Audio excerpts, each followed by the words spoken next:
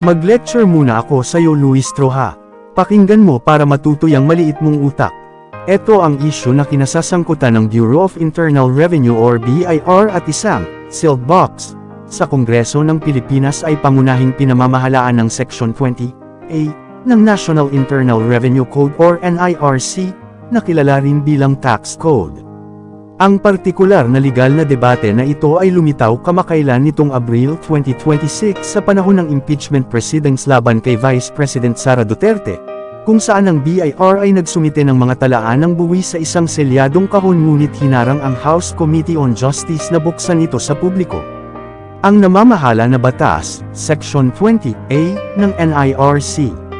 Sa ilalim ng batas na ito, ang BIR Commissioner ay inaatasan na magbigay ng impormasyon sa Kongreso, ngunit may napakahigpit na mga limitasyon sa pagiging confidential. Unang requirement, in aid of legislation, naninindigan ang BIR na ang mga tax return ay maaari lamang ibigay sa isang komite ng Kongreso kung ang kahilingan ay partikular na ginawa, in aid of legislation, or para sa layunin ng paglikha o pag-amyenda ng mga batas.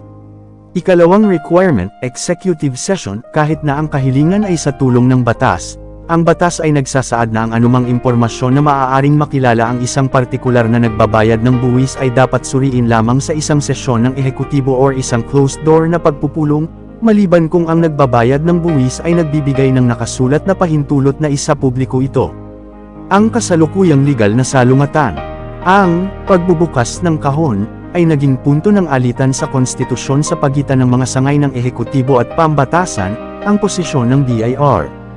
Binanggit ang Section 20 ng NIRC na nagsasaad na ang pagbubukas ng kahon sa isang pampublikong pagdinig ay lalabag sa pagiging confidential ng nagbabayad ng buwis at haantom sa pananagutan ng kriminal para sa mga opisyal ng BIR. Posisyon ng House Committee, nagtatalo sa constitutional supremacy. Ang mga mambabatas tulad ni Representative Leila de Lima ay nangangatwiran na ang impeachment ay isang espesyal na tungkulin sa konstitusyon na nakahihigit sa mga ordinaryong batas tulad ng tax code. Ang posisyon ng BIR, pinapanatili na ang mga pagdinig sa impeachment ay hindi teknikal na in aid of legislation at sa gayon ay hindi nakakatugon sa mga legal na pamantayan para sa pagsisiwalat. Posisyon ng House Committee, iginiit na ang kapangyarihan ng first at ang kapangyarihan ng impeachment ay nagbibigay sa Kongreso ng karapatang pangasiwaan ang yaman ng mga pampublikong opisyal, anuman ang lihim ng tax code. Noong huling bahagi ng Abril 2026, ipinagpaliban ng House Committee on Justice ang pagbubukas ng kahon habang naghihintay ng karagdagang legal na pagsusuri. Nananatiling matatag ang BIR na walang executive session o written consent mula sa Vice-Presidente. Ang laman ng kahon, na naglalaman ng income tax returns ng VP at ng kanyang asawa, ay dapat manatiling selyado para makasunod sa National Internal Revenue Code.